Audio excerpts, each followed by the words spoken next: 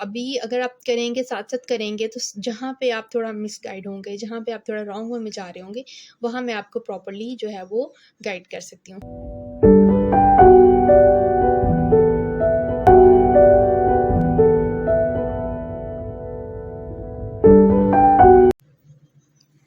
बिस्मिल्लाहिर्रहमानिर्रहीम, अस्सलाम वालेकुम, कैसे हैं सब? So welcome to our second lecture and I am hope and I am sure कि इससे पहले सबने काम अपना होमवर्क जो लास्ट था एक छोटा सा वो कर लिया होगा। वो होमवर्क क्या था? वो सिर्फ ये था कि आपने जितनी मैंने आपको राइटिंग की टाइप्स बताई थी उन मतलब फ्रीलांसिंग की जितनी मैंने आपको टाइप्स बताई थी बेसिक टाइप्स 4, उनका मैंने सिर्फ ये कहा था आपसे कि आपने उनको गूगल पे सर्च आउट करना है और मुझे उनकी डेफिनेशन बतानी है कि आपको उनसे क्या समझ आ रही है। कि अगर ब्लॉगिंग है तो ब्लॉगिंग क्या है, अगर सोशल मीडिया मैनेजिंग है तो वो क्या है। ऑल्दो मैंने अपनी वीडियो में एक्सप्लेन किया था, but still to improve your research and to bring you into the field of research के गूगल पे हम कैसे रिसर्च करके गूगल अपने सारे आइडियाज़, अपनी सारी रिसर्च, सब कुछ हम वहाँ से गूगल से लेते हैं। So just to do that I ask you to search out these 4 types of freelancing from the Google and then tell me just in a message or in a file or however you want in the group में बता दें आप मुझे, या आप मुझे individually message कर दें या इस यूट्यूब की वीडियो के नीचे कमेंट कर दें, however you'd like. There's no restriction on that, but the restriction is only that you have to do. अगर आप ये नहीं करेंगे, आप समझेंगे कि एक बहुत छोटा सा काम है जो कि मतलब मुझे पता है मैं गूगल से किए बगैर ही कर लेता हूँ, मुझे पता है मुझे नहीं गूगल से सर्च करने की ज़रूरत, तो आप मिस करेंगे। ये चीज़ें जो छोटे-छोटे स्टेप्स हैं, ये छोटे-छोटे स्टेप्स ही आगे जाके बड़े होंगे और जो इन छोटे स्टेप्स को मिस करेगा वो आगे जाके उसको फ़ील होगा कि उसने कुछ पीछे मिस किया है। एक हल्की-सी प्रैक्टिस होती है और वही हल्की-सी प्रैक्टिस जब हम एक बड़ा-सा प्रोजेक्ट करने जाते हैं तो उसके अंदर वो हमारा बहुत टाइम सेव करती है, हमारी एफिशिएंसी बढ़ाती है उससे। सो आई जस्ट रिक्वेस्ट कि don't skip anything, don't skip any homework और असाइनमेंट। मैं अभी आप लोगों के सब होमवर्क असाइनमेंट्स के कंप्लीट फॉलोअप लूँगी, जो मेरे साथ ये कोर्स कर रहे हैं, जिन्होंने मुझे कंफर्मेशन दी है, उनको मैं वन बाय वन मैसेज करके भी पूछूँगी, लेकिन इस कोर्स के बाद नहीं। फिर इसके बाद आप अगर करते हैं, नहीं करते, उसमें आपको कोई मिस्टेक पॉइंट आउट होती है या नहीं होती, I will not check that. So अभी अगर आप करेंगे, साथ-साथ करेंगे तो जहाँ पे आप थोड़ा मिसगाइड होंगे, जहाँ पे आप थोड़ा रॉन्ग वे में जा रहे होंगे, वहाँ मैं आपको प्रॉपर्ली जो है वो गाइड कर सकती हूँ। श्योर कि इंशाल्लाह सब करेंगे। जिस तरह से ग्रुप के अंदर इंट्रोडक्शन के मैसेजेस मैंने एक-एक पर्सन को मैसेज करके लिए हैं, इसी तरह से मैं ये होमवर्क के असाइनमेंट्स भी इंशाल्लाह आप सबसे लूँगी। So now let's move towards today's lecture. Okay so हम जो है हमारा कोर्स है वो कंटेंट राइटिंग, इसमें हम बेसिक टू प्रो लेवल तक जाएंगे एंड इन आज के लेक्चर में हम क्या क्या सीखेंगे वो सबसे पहले हम ये देखेंगे व्हाट इज कंटेंट राइटिंग, कि कंटेंट राइटिंग क्या है। ऑल्दो हमने पिछले लेक्चर में डिस्कस किया था but that was very brief, तो इसमें हम थोड़ा डिटेल में देखेंगे। और सेकंड चीज हम ये देखेंगे कि हु हायर्स कंटेंट राइटर्स, के कंटेंट राइटर्स को कौन हायर करता है, कंटेंट राइटर्स कौन कौन से जॉब्स करते हैं, कहाँ कहाँ पे करते हैं, कौन लोग कहाँ पे आप अप्लाई कर सकते हैं ताकि आप वहां पे काम करें और फिर आपको अर्निंग हो। थर्ड चीज हम देखेंगे कि difference in content for different platforms, के जो डिफरेंट प्लेटफॉर्म्स होते हैं उनके अंदर जो कंटेंट लिखते हैं उनमें क्या डिफरेंस आता है, कि हर तरह का कंटेंट अगर मैंने वेबसाइट के लिए लिखा है तो वही सेम कंटेंट मैं फेसबुक के लिए यूज कर सकती हूँ कि नहीं कर सकती हूँ, इसको हम डिटेल में देखेंगे। एंड द मोस्ट इम्पोर्टेंट हम देखेंगे टाइप्स ऑफ कंटेंट राइटिंग, और उनको हम बहुत डिटेल में विद एग्जांपल्स हम यहाँ पे डिस्कस करेंगे। This is the most important part of today's lecture, the types of content writing. यहाँ पे मैं सिर्फ टाइप्स ऑफ कंटेंट राइटिंग की आपको एग्जांपल्स नहीं दूंगी, आई एम सॉरी टाइप मतलब एग्जांपल्स दूंगी, लेकिन सिर्फ बोल के एग्जांपल नहीं, आपको लाइव एग्जांपल्स एक अच्छे सैंपल्स साथ में दिखाऊंगी, जहां से आपको आइडिया हो जाएगा, क्लियर आइडिया हो जाएगा कि आप फॉर्मेटिंग रखनी है आपने हर कंटेंट राइटिंग टाइप की, और उसको किस तरह से आपने लिखना है, किस टाइप में कैसी वर्डिंग यूज करनी है, कैसी टोन रखनी है, प्रोफेशनल रखनी है, फ्रेंडली रखनी है, टफ रखनी है, इंफॉर्मेटिव रखनी है, क्या रखना है, इस सब को हम यहाँ पे डिटेल में देखेंगे। सबसे पहले है what is content writing. Content writing is the process of writing, editing, and publishing content in a digital format. That content can include blog posts, video, podcast scripts, ebooks, white papers, press releases, product category descriptions, landing pages, or social media copy, and a lot more. जो content writing है, अगर digital, आजकल हर चीज digital है, हर चीज online है, हर business, हर educational platform, हर मतलब कोई इंटरटेनमेंट के लिए कुछ है, किसी का कोई बिजनेस है, कोई सिर्फ वहां पे सिर्फ अपनी आइडियाज शेयर करने आता है, कुछ भी है, हर चीज ईच एंड एवरीथिंग जो है वो आजकल डिजिटल है। सो जो भी डिजिटल है, वहां पे जो भी लिखा जाता है, जो भी वहां पे आपको कंटेंट नजर आता है, दैट इज कंटेंट राइटिंग। इसमें हम राइटिंग भी आ जाती है। राइटिंग के बाद फिर एडिटिंग का एक अलग से इसमें पार्ट आ जाता है। एडिटिंग का अलग से पार्ट इस तरह से आ जाता है कि आप अगर राइटिंग करते हैं वो तो आपको सीधी सीधी बात समझ में आती है। लेकिन अगर आपके पास कोई ऐसा क्लाइंट आता है कि वो कहता है कि मैंने ये ऑलरेडी लिख लिया हुआ है, मैंने अपने कॉन्सेप्ट जो मेरे माइंड में था, जो मैं कहना चाहता था, वो मैंने लिख लिया, लेकिन मुझे एक प्रोफेशनल वे नहीं लग रहा, ये बस ऐसे रफ वर्क लग रहा है, तो इसको एडिट करके अच्छा कर दो। सो हम फिर एज अ कंटेंट राइटर हम उसको एडिट करते हैं और उसको एक प्रोफेशनल लुक दे देते हैं। उसके बाद उस कंटेंट को पब्लिश जब करना होता है डिजिटल फॉर्मेट के ऊपर, तो उसकी भी कुछ बेसिक रिक्वायरमेंट्स होती हैं हर डिफरेंट प्लेटफॉर्म की। फॉर एग्जांपल, अगर आप यूट्यूब के लिए कोई स्क्रिप्ट लिख रहे हैं तो उसकी जो टोन होगी वो डिफरेंट होगी। जब आप लिख लेंगे एक तो उसकी टोन डिफरेंट होगी।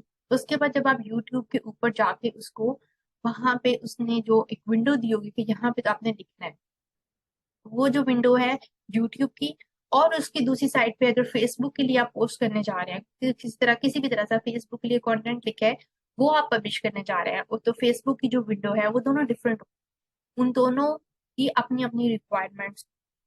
तो इन ये मतलब this is what we call कि पब्लिशिंग कंटेंट जो है that is also comes in content writing. कि जो कंटेंट राइटर होता है उसको अच्छी तरह से पता होता है क्योंकि उसने लिखा हुआ होता है। वो जिस तरह से एक राइटर वो लिखता है, वो जिस तरह से पब्लिश कर सकता है, एक सेकंड पर्सन उसको पब्लिश करने जाएगा तो उसको थोड़ी प्रॉब्लम होगी, उसको वो सारा दोबारा से रीड आउट करके फिर लिखना पड़ेगा। लेकिन कंटेंट राइटर अगर लिखेगा वो उसको ज्यादा प्रोफेशनली कर लेगा और थोड़ा जल्दी कर लेगा। इसके अंदर हमारी ब्लॉग पोस्ट आ जाती हैं। ब्लॉग्स का आप सबको आइडिया होगा कि ब्लॉग एक वेबसाइट है, मतलब एक वेबसाइट की तरह ही ब्लॉग होता है, लेकिन वहां पे सिर्फ हम आर्टिकल्स लिख के डालते हैं इंफॉर्मेशन के लिए, लोगों को एजुकेट करने के लिए, अफिलिएट मार्केटिंग के लिए, अपने बिजनेस के प्रमोशन के लिए, दूसरों के बिजनेसेस के प्रमोशन के लिए। तो डिफरेंट पर्पसेस हो सकते हैं हमारे ब्लॉग्स। उसके बाद अगर कोई वीडियो या पॉडकास्ट आपको नजर आता है तो उसका भी एक स्क्रिप्ट लिखा जाता है हमेशा। फॉर एग्जाम्पल, अगर अभी मैं आपके सामने एक कोर्स डिलीवर कर रही हूँ तो मैंने इसको पहले एक पूरा डिजाइन किया, तो मैंने लिखा है कि मैं इसके अंदर ये बातें कहूंगी, ये चीजें बताऊंगी मैं इसके अंदर। और फिर मैंने उसके पॉइंट्स लिखे हैं, पॉइंट्स के अंदर मैंने उसकी हल्की फुल्की डिस्क्रिप्शन लिखी है, और फिर इसके बाद मैं आके आपको डिलीवर करी without any writing, without any outline. अगर मैं यहाँ पर बैठ जाऊंगी तो it will not be that much professional, और माइट भी बात करते हुए मतलब जरूरी नहीं कि आप, मैं ये कहना चाह रही हूँ जो पर्ची वाला सीन, हमने पर्ची की तरह सामने रखे पॉडकास्ट जो वीडियोस करनी होती हैं। No, I didn't mean that. I mean कि हम किसी टॉपिक पे अगर बात करने बैठते हैं तो अगर हमने उसकी आउटलाइन नहीं प्रिपेयर की ना, तो जब हम बात करते हैं हमारे पास इतना वास्ट नॉलेज अगर होता है तो हम बात कहीं और से शुरू करते हैं और एंड फिर चली वो किसी और तरफ जाती है। वो हमारी एक लिमिटेड नहीं रहती, हमारी एक बाउंड्री नहीं रहती कि हमने within the limited time हमने इस बात को और इन पॉइंट्स को कवर अप करना है। So to make it easier for the speaker जो भी वीडियो बना रहा है या जो पॉडकास्ट बना रहा है, उसके लिए इजी करने के लिए इट इज नेसेसरी कि हम कंटेंट राइटिंग, कोई भी जो वीडियो या स्क्रिप्ट लिखने हैं उसको पहले एक अच्छा सा उसकी आउटलाइन बनाएं, उसको डिजाइन करें, सो दैट जब आप उसको एक्चुअली वीडियो उसकी बना रहे हैं आपके सामने में सब पॉइंट्स हो और आप पॉइंट एकदम मिस आउट नहीं करें, और एक जो लिमिटेड टाइम हो आपका उसके अंदर अपनी सारी चीजें कवर कर सकें। नेक्स्ट चीज होती है ई बुक्स। जितनी आपको इलेक्ट्रॉनिक बुक्स नजर आती है वो सब ई बुक्स को भी लिखी हुई कॉन्टेंट राइटिंग। फिर व्हाइट पेपर्स होते हैं। व्हाइट पेपर्स क्या होते हैं? डिफरेंट रिसर्चेस होती हैं, उनको रिसर्च कोई कर लेता है, लेकिन अगर एक बंदा मैथ्स का है वो रिसर्च करता है अपने के अंदर, लेकिन उसे एक पेपर लिखना है तो सिर्फ वो लिख नहीं उतनी प्रोफेशनली सकता क्योंकि वो मैथ्स की फील्ड से है। वो मैथ्स की फील्ड वालों जो होते हैं वो इतनी ज्यादा राइटिंग नहीं कर पाते। This just an example. तो वो आके किसी राइटर से अपना जो व्हाइट पेपर है वो लिखवा लेता है। प्रेस रिलीजेस जो होती हैं, जो न्यूज़पेपर्स में नजर आती है, न्यूज चैनल्स में नजर आती हैं हमें, जो different newspapers, by newspapers I didn't mean the वो जो हमारे घर में न्यूज़पेपर आता है बाय पोस्ट, वो वाला नहीं, जो डिजिटल न्यूज़पेपर से होते हैं उनके अंदर जितनी प्रेस रिलीजेस वगैरह नजर आती हैं वो सब हम कंटेंट राइटर्स लिखते हैं। प्रोडक्ट कैटेगरी डिस्क्रिप्शन होगी, प्रोडक्ट्स जो डिफरेंट बिजनेसेस सेल करते हैं उनकी जो डिस्क्रिप्शन होती हैं वो लिखी जाती हैं। वेबसाइट के कंटेंट आ जाते हैं, उसे हम लैंडिंग पेजेस भी कहते हैं, या फिर सोशल मीडिया आ जाते हैं। तो ये सब टाइप्स हैं जो कि आगे जाके हम मजीद डिटेल में एक एक को बहुत ज्यादा डिटेल में with examples and samples explore out करें। So the most important thing is who hires a content writer? Her business, her person, her freelance market place, her social media platform, जहाँ जो भी डिजिटल है, जो भी online है, internet पे दुनिया में कहीं भी अवेलेबल है, हर किसी को कंटेंट राइटर की जरूरत है। कंटेंट राइटर के बगैर कोई भी अपना मैसेज अपनी ऑडियंस तक अच्छे से कन्वे नहीं कर सकता। तो यहाँ से आप अंदाजा लगा लें कि इसका कितना वास्ट स्कोप है। हर बिजनेस, दुनिया में हर बिजनेस को कंटेंट राइटर चाहिए और लाखों करोड़ों बिजनेसेस हैं। तो क्या आप अगर एफर्ट करें तो कोई एक आपको ऐसा बिजनेस नहीं मिल सकता विद इन 3 to 4 months की जो आपको हायर कर ले एज अ कंटेंट राइटर? बिल्कुल मिल सकता है, एक या बहुत सारे मिल सकते हैं और इंशाल्लाह आप सबको मिल। Slide is the next thing that we are going to discuss here is about the differences in content for different platforms. जैसे अभी मैंने स्टार्ट में भी बात की कि फेसबुक और यूट्यूब की एग्जांपल देकर मैंने कहा था कि जो कंटेंट मैं फेसबुक के लिए लिखती हूँ वही same as it is content मैं, ऑल्दो टॉपिक सेम हो, पर वो मैं यूट्यूब के लिए यूज नहीं कर सकती बिकॉज फेसबुक के एल्गोरिथम्स डिफरेंट होते हैं। फेसबुक छोटे कंटेंट को प्रमोट करता है, यूट्यूब जो होता है वहां पे कंटेंट कितना लंबा है कितना छोटा है ये इतना मैटर नहीं करता। ये मैटर करता है कि जो पर्सन बोल रहा है वो उस मतलब जो उसने कीवर्ड्स वगैरह यूज किए हैं अंदर वो उसके प्रॉपरली यूज हैं, वो उसका मिसमैच तो नहीं हो रहा जो उसका टॉपिक है उससे और जो वो बात कन्वे कर रहा है उससे। तो इसी तरह से इंस्टाग्राम, पिंटरेस्ट, ट्विटर, लिंक्डइन, इन सबके अपने अपने एल्गोरिदम्स होते हैं, इन सब की ऑडियंस डिफरेंस होती है। अगर फेसबुक के ऊपर सोशल मीडिया प्लेटफॉर्म है वो वहाँ की ऑडियंस होती है वो और तरह की होती है, लेकिन ऑल दो दूसरी साइड पे मैं अगर लिंक्डइन पे जाऊंगी वहां पे अपने बिजनेस को प्रमोट कर रही हूँ तो वहां पे जो ऑडियंस है वो तो डिफरेंट है। यूजुअली जो लिंक्डइन के ऊपर होती है वो B2B ऑडियंस में होती है, सो वहां पे मुझे अपनी जो बात करने की टोन होगी, जो राइटिंग की टोन होगी वो डिफरेंट रखनी पड़ेगी as compare to the Facebook. तो पर्पजेस भी डिफरेंट होते हैं। फेसबुक के ऊपर हम यूजुअली मोस्टली जो होता है फेसबुक और कोई भी सोशल मीडिया प्लेटफॉर्म वो एंटरटेनमेंट पर्पज के लिए यूज होता है, और दूसरी साइड पे अगर लिंक्डइन को देखा जाए तो वो ज्यादा बिजनेस के लिए यूज होता है, यूट्यूब जो है वो ज्यादा इंफॉर्मेशन के लिए यूज होता है। So every platform has its own requirements and we cannot use the same type of content for Facebook and YouTube. It is because both have different algorithms, different audiences, and different purposes. Okay, so now here is the main thing, types of content writing. There are different types of content writing. A huge variety is there that comes under the content writing. The first is the blog writing. Blog writing is itself divided into 2 types. जो blog writing है वो 2 types में मजीद हम उसको divide कर लेते हैं, एक एफिलिएट या कमर्शियल राइटिंग कह लेते हैं, दूसरी ब्लॉग पोस्ट कहते हैं। उसके बाद आती है copy writing, then social media writing, e books हो जाती हैं जो इलेक्ट्रॉनिक बुक्स हैं, केस स्टडीज आ जाती हैं वो भी हम लिखते हैं, डिफरेंट बिजनेसेस के लिए भी केस स्टडीज होती हैं। कॉपी राइटिंग भी हो गया हमारा सोशल मीडिया वही जो हम सोशल मीडिया प्लेटफॉर्म्स पे राइटिंग सीखते हैं, ई बुक्स इलेक्ट्रॉनिक बुक्स हो गई, केस स्टडीज वो जो कि हम डिफरेंट बिजनेसेस जो होते हैं केस स्टडीज लिखते हैं सो दैट वो एक प्रॉपर अपना पूरा जो हेड टू टू उनका प्रोसेस है वो अपने ऑडियंस को बता सके to attract the audience. Next is come script writing, जैसे यूट्यूब के लिए या किसी भी वीडियो के लिए हम जो स्क्रिप्ट लिखते हैं उसकी राइटिंग हो गया। इन्फोग्राफिक्स क्या होता है कि हम किसी भी कंटेंट को हम थोड़ा विजुअली प्रेजेंट करते हैं, हम लिखते हैं बट हम with the use of the graphs या चार्ट्स या विद द कनेक्टर्स हम उसको रिप्रेजेंट करते हैं। वाइट पेपर्स ही होता है कि डिफरेंट रिसर्चेस की हुई होती हैं लोगों ने, हम उसको एक प्रॉपर पेपर की फॉर्म के अंदर लिख के उन्हीं की रिजल्ट्स और उन्हीं की फाइंडिंग्स को लिख के हम उन्हें एक प्रोफेशनल वे में देते हैं।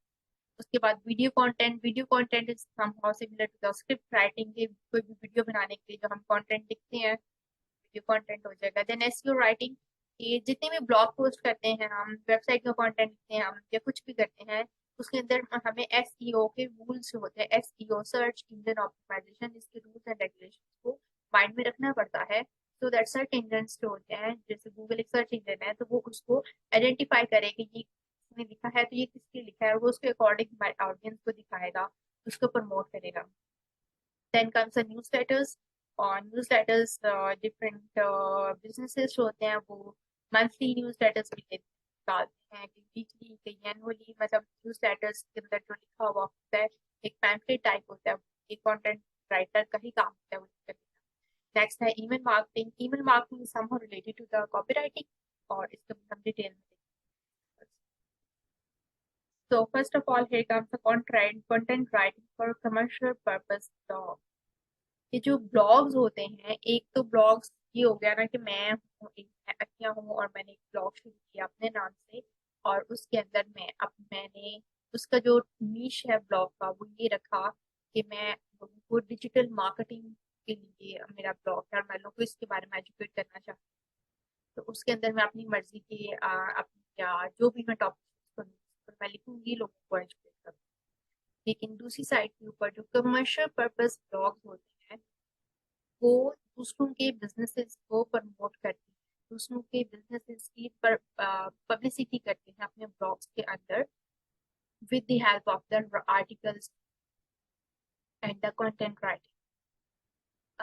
फॉर एग्जाम्पल, मैं अगर डिजिटल मार्केटिंग का एक ब्लॉग है मेरा और मेरे पास एक अच्छी खासी ऑडियंस है, मेरे पास रोज के 15-20 हजार विजिटर्स आते हैं मेरी वेबसाइट पर, तो डिजिटल मार्केटिंग के टूल्स बेचने वाले जो बिजनेसेस हैं वो मेरे पास आएंगे और वो मुझसे कांटेक्ट करेंगे और मुझे कहेंगे कि आपके पास एक अच्छी खासी ऑडियंस आती है, आप बहुत पॉपुलर हैं अपनी फील्ड के अंदर, सो आप अपनी ब्लॉग के ऊपर एक आर्टिकल लिखें और वो आर्टिकल ऐसा हो कि वो हमारे प्रोडक्ट को रिप्रेजेंट करे, लोगों को कन्विंस करे कि जी वो आके तो हमारा प्रोडक्ट जो है वो बाय करें, हमारे प्रोडक्ट के बारे में लोगों को आप बताएं, क्योंकि लोग आपके पास आते हैं, इतने विजिटर्स हैं, सो आपके पास, तो इट मीन्स लोग आप पे ट्रस्ट करते हैं।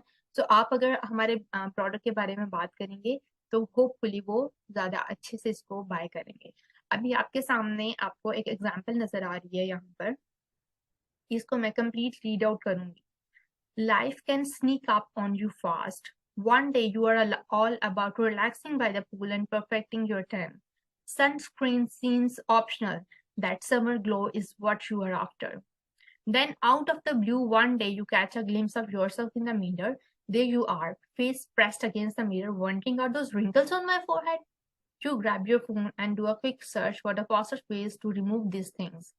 Then you spend hundreds of dollars on different serums, lotions, and potions, but nothing works. Those stubborn wrinkles on your forehead seem especially hard to get rid of. A little voice inside of you asks, should I try Botox for forehead wrinkles? Don't worry, you are not out of solutions for developing forehead wrinkles. This guide shares all you need to know about Botox for forehead wrinkles. अब इसको मैं बहुत easy wording में explain करती हूँ। उसने लिखा कि उसने एक थोड़ी सी स्टोरी बनाई है कि एक दिन आप गर्मियों में बाहर जाते हैं, आप सनस्क्रीन लगा के जाते हैं, तो या अगर लगा के जाते हैं तो भी, अगर नहीं लगा के जाते तो भी आप बाहर जाते हैं, उसके बाद आप घर वापस आते हैं, आके शीशे में खुद को देखते हैं और आप कहते हैं व्हाट, मेरे फेस के ऊपर इतने रिंकल्स हैं, सो मैं अब इन रिंकल्स को कैसे खत्म करूँ। आप अपने फोन पकड़ते हैं, आप सर्च करते हैं मोबाइल के ऊपर ways to remove the wrinkles, तो आप डिफरेंट आपके पास लोशंस और सीरम्स की ऑप्शन नजर आती है, आप वो सब कुछ उसके ऊपर हंड्रेड्स ऑफ डॉलर्स लगा के वो खरीदते हैं, आप उसे यूज करते हैं, लेकिन कोई फायदा नहीं होता। फिर आपके अंदर से एक आवाज आती है कि मैं क्या बोटेक्स जो इंजेक्शन है ये ट्राई करूँ फोरहेड रिंकल्स के लिए। फिर वो नीचे कह रहा है कि डोंट वरी, कि अब अगर आपको अभी भी तसल्ली नहीं हो रही इतने ज्यादा अपने प्रोडक्ट्स यूज करके, तो आपके पास ऑप्शंस खत्म नहीं हो गई हैं। यहाँ पे मैं एक पूरी गाइड आपको इस आर्टिकल के अंदर दे रहा हूँ, जहाँ पे आपको कंप्लीट इंफॉर्मेशन मिलेगी कि फोरहेड के रिंकल्स आप बोटॉक्स के थ्रू कैसे रिमूव आउट कर सकते हैं। अब देखें यहाँ पे, अब ये जो भी कोई उसने ब्लॉग जिसने लिखा है उसका पर्पस क्या है, उसका पर्पस ये है कि वो बोटॉक्स की कोई इंजेक्शंस की कोई कंपनी है उसको वो प्रमोट करना चाह रहा है। अब नीचे जैसे वो पूरी कंप्लीट गाइड देगा, अब पढ़ने वाला कहेगा हाँ देखो इसने कितनी अच्छी बात की, इसके पास एक अच्छा नॉलेज है, अच्छी रिसर्च आउट इसने की हुई है, सो इसका जो प्रोडक्ट होगा वो भी ऑफ कोर्स अच्छा होगा। सो 90% चांसेस है कि वो इसी प्रोडक्ट को बाय करे। सो दिस इज, ये उसने एक ब्लॉग लिखा है कमर्शियल पर्पस के लिए। तो I hope it's very clear. अगर हम ऐसा ब्लॉग, इसको दोबारा मैं समराइज करती हूँ, अगर हम ऐसा ब्लॉग लिखते हैं जो कि किसी के बिजनेस को प्रमोट करता है, किसी को हम हमारे रीडर्स को कन्विंस करने की कोशिश करता है कि तुम ये प्रोडक्ट खरीदो, तुम्हारे लिए ये प्रोडक्ट अच्छा है, और उसके साथ वो उसकी कंप्लीट इंफॉर्मेशन देता है, ऑडियंस को गाइड करता है, ऑडियंस को एजुकेट करता है उस प्रोडक्ट को लेकर, so that will be like commercial purpose blog. Now moving towards the next. So next type of blog writing is that the one informative blog post जिसमें हम दूसरों के साथ information share करते हैं। Like I was telling you guys that I have a blog जिसके ऊपर मैं डिजिटल मार्केटिंग से रिलेटेड और दूसरे ऑनलाइन अर्निंग से रिलेटेड जो इंफॉर्मेशन है वो अपनी ऑडियंस के साथ शेयर करती हूँ।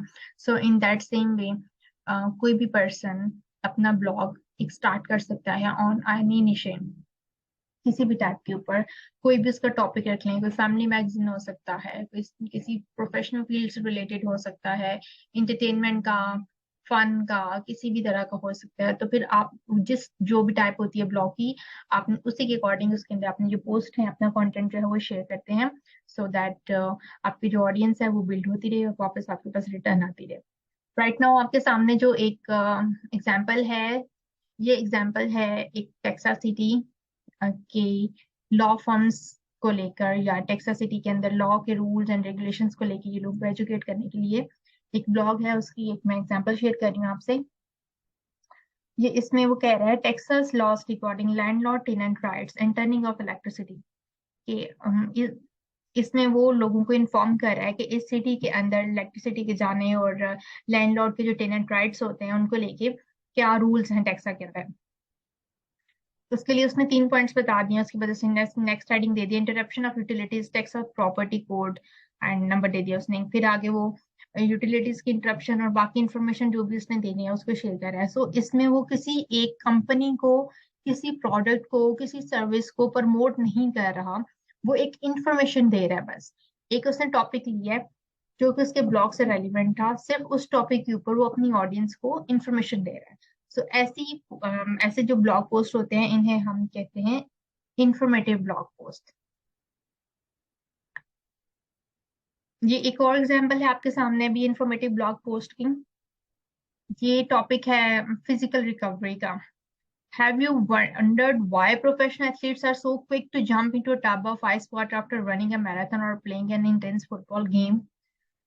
अब इसके अंदर उसने एक क्वेश्चन से स्टार्ट किया है और फिर उसके आगे उसने 3 पॉइंट्स दिए हैं, वो तीनों उसने फिर क्वेश्चन दिए। Are they just crazy? Do they know something that the rest of us don't know? Is it just for intense athletes?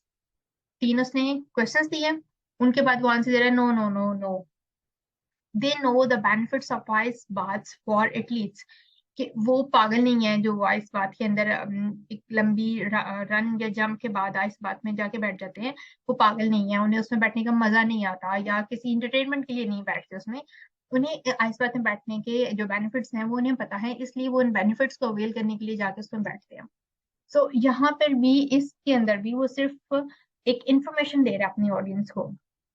अब ये 2 डिफरेंट एग्जांपल्स मैंने आपके सामने शेयर इसलिए की हैं क्योंकि देखिए दोनों को लिखने का वे कितना डिफरेंट है, दोनों इंफॉर्मेटिव ब्लॉग्स हैं।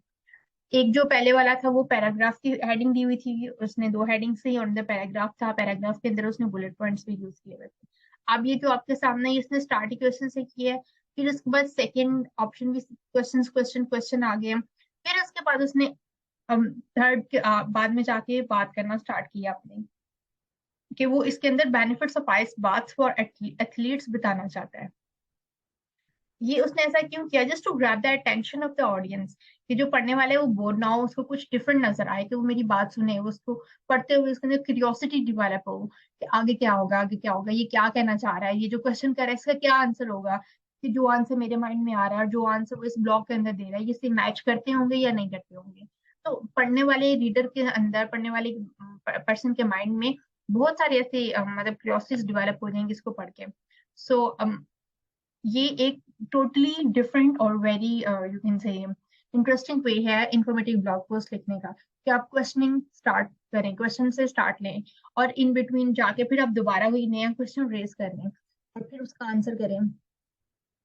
तो दोनों टाइप्स को शेयर करने का मकसद ये था कि ये यहाँ पे बात हो रही है वो एथलीट्स की बात कर रहा है और ये एक लोगों को जनरल इंफॉर्मेशन दे रहा है। वो एक आम एथलीट्स के बारे में कौन जानना चाहता है? मैं जानना चाहूंगी, बच्चे जानना चाहेंगे जो स्कूल्स में जाते हैं, जो स्पोर्ट्स में इंटरेस्टेड होते हैं। तो ऐसे लोग थोड़े जॉली टाइप होते हैं, या यू कैन से इन लोगों में थोड़ी क्यूरियोसिटी डेवलप होती है, थोड़ा नॉलेज गेन करने का या थोड़ा सोचने का वो एबिलिटी ज्यादा होती है। और इससे पीछे पीछे वाली कहते हैं, पीछे ये जो लॉज वाली ब्लॉग पोस्ट थी, ये किन लोगों के लिए होगी? ये होगी एल्डर्स के लिए जो जमीनें हैं, प्रॉपर्टीज खरीदते हैं, जो इलेक्ट्रिसिटी के बिल्स पे करते हैं, जिन्हें यूटिलिटीज के बिल्स पे करना पड़ते हैं। सो ये एल्डर्स होंगे, सीरियस पर्सन होंगे। इनके लिए उसने एक सीरियस वे में पोस्ट लिखी है। इसको उसने उतना जॉली या उतना क्वेश्चनिंग नहीं बनाया, इतना थॉट प्रोवोकिंग नहीं बनाया, उसने सिंपल इंफॉर्मेशन देता जा रहा है उसके अंदर। लेकिन ये जो नेक्स्ट है हमारी फिजिकल रिकवरी वाली, जिसके अंदर वो एथलीट्स की बात कर रहा है, इसकी ऑडियंस डिफरेंट है, सो उसके अकॉर्डिंग उसने इसको डिफरेंट वे में लिया। So it all depends upon our audience and upon our objective of writing any post, कि हम जो ब्लॉग पोस्ट लिखनी है वो लिखने का पर्पस क्या है और उसकी ऑडियंस कैसी है। क्योंकि अल्टीमेटली हमने जो भी लिखना है वो हमने किसी ऑडियंस के लिए लिखना है। सो अगर जो हम लिख रहे हैं जिस ऑडियंस के लिए, उस ऑडियंस को अगर उर्दू आती है और हम इंग्लिश में लिख रहे हैं तो उसका तो कोई पर्पज ही नहीं है। वो ऑडियंस उसके सामने बैठ के उसको 10 बार पढ़ भी लेगी, रट्टे लगा लगा के भी पढ़ लेगी, उसको समझ नहीं आएगी, उसके लिए वो कोई इंफॉर्मेटिव नहीं होगी, उसके दिल में बात नहीं उतरेगी। तो इसी तरह से इसी पॉइंट ऑफ व्यू को आपने हमेशा फॉलो करना है कि आपने पहले ये देखना है कि ये ब्लॉग लिखने का पर्पज क्या है और इसकी ऑडियंस क्या है। ओके, नेक्स्ट चलते हैं। Next, copywriting, the most demanding and the most high-paying skill and comes under content writing is copywriting. जो copywriting है ये बहुत ही इंटरेस्टिंग स्किल है। बहुत ही इंटरेस्टिंग इसलिए है कि इसको लिखने का मुझे तो बहुत मजा आता है, और मजा आने के साथ साथ इसकी जो यू कैन से इसकी जो पे हो पे रेट होता है वो भी बहुत अच्छा होता है। बिकॉज जैसे एक नॉर्मल राइटिंग होती है, जैसे ब्लॉग पोस्ट है, वहां पे हम लोगों को बताते हैं हम, अगर वो कमर्शियल ब्लॉग पोस्ट थी तो वहां पे हम लोगों को कन्विंस करने की कोशिश करते हैं बहाने बहाने से, मतलब बहाने इन द वे कि हम कोई स्टोरी स्टार्ट कर लेते हैं, हम कोई इन्फॉर्मेशन स्टार्ट कर लेते हैं और फिर वहां पे कहते हैं कि भाई ये एक ब्लॉग है, ये एक प्रोडक्ट है, इस प्रोडक्ट को आप यूज कर रहे हैं तो आपकी ये प्रॉब्लम सॉल्व हो सकती है। बट वो जो पीछे कंटेंट राइटिंग जो पिछली जो हमने ब्लॉग पोस्ट पढ़ी है ना, that is you can say कि वो लोगों को बताती है, कोई भी बात हो, किसी भी प्रोडक्ट का हो, किसी भी सर्विस का, वो लोगों को बताती है। बट जो कॉपी राइटिंग है ये चीजें सेल करती हैं। फॉर एग्जाम्पल, पीछे हमने बात की थी उसकी सनस्क्रीन्स को लेके बात हो रही थी, बोटॉक्स इंजेक्शंस की बात हो रही थी। उसके अंदर उसने गाइड दी थी कि बोटॉक्स इंजेक्शंस जो होते हैं उसकी कंप्लीट गाइड आपको यहाँ पर मिलेगी। लेकिन अगर मैं कॉपी राइटिंग में लिख रही हूँ तो मेरा जो पर्पज है वो ये है कि ये जो पर्सन पढ़ रहा है, मेरी पूरी कोशिश है कि वो इसको बाय किए बगैर यहाँ से जाए ही नहीं। ठीक है, वो इसको खरीदे बगैर यहाँ से नहीं जाए, कोई पेज चेंज नहीं करे, कोई और कंटेंट नहीं पढ़े। मेरी वो कॉपी राइटिंग बोटॉक्स इंजेक्शंस को लिखने का मकसद सिर्फ ये है कि जो भी इसको पढ़ रहा है वो इसको 100% बाय करे, फिर ही मेरी कॉपी राइटिंग जब वो सक्सेसफुल होती है। और कॉपी राइटिंग कोई बहुत लेंथी नहीं होती। It can be done in just 2 to 3 lines, or it can be just in one page. It can be done in the form of paragraphs. It can be done in the form of bullet point, or it can be done in the form of single sentences. But whatever way you adopt, your main purpose should be to sell your product or service. अब ये आपके सामने है एक example copywriting की। How can you determine the difference and what to do about it? आप दिए endometriosis versus IBS, ये 2 प्रोजेक्ट्स की बात हो रही है, 2 प्रोडक्ट्स की बात हो रही है, इन दोनों के दरमियान वो डिफरेंस बता रहा है साथ में। Cramp literally and the pain, the gas, the bloating, ये दोनों मेडिसिन टाइप चीजें हैं। तो वो कह रहे हैं कि उसने स्टार्ट कैसे किया है, जस्ट नोट डाउन। यहाँ पे स्टार्ट करने के लिए कोई उसने बहुत सीरियसली बात नहीं की। अगेन दैट क्यूरियोसिटी थिंग आ गई यहाँ पर। Have you ever found yourself running to the bathroom just as you were about to sit down for coffee with a friend? How about during a date or while in the carpool line? You're not alone. This was me. I had severe bloating and pain with my stage 4 endo. हम देखें यहाँ पे उसने अपने साथ audience को connect कर लिया है। जो भी इसको पढ़ेगा, अगर उसको वाकई में गैस और ब्लॉटिंग की प्रॉब्लम है, सो अब उसने इसको इस तरह से लिखा है कि पढ़ने वाले को लगे कि ये उसकी बात हो रही है। अगर पहली 2 लाइंस के अंदर कोई कनेक्ट नहीं होता, तो जब वो यहाँ पे जाके कह रहा है ना कि यू आर नॉट अलोन, कि तुम इस चीज में अकेले नहीं हो, ये सबके साथ होता है।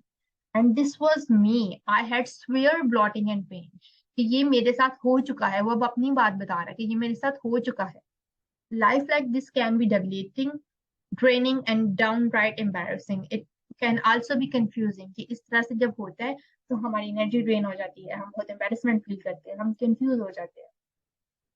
यहाँ पे फिर उसने वो मेन 3-4 पॉइंट्स पकड़ लिए हैं जो कि ऐसे पर्सन के साथ वो उस टाइम पे उनकी फीलिंग्स होती है। तो यहाँ पे वो फीलिंग्स और इमोशनल अटैचमेंट को यूज कर रहा है, और उसने ऑडियंस के साथ एक पर्सनल कनेक्शन बिल्डअप कर लिया।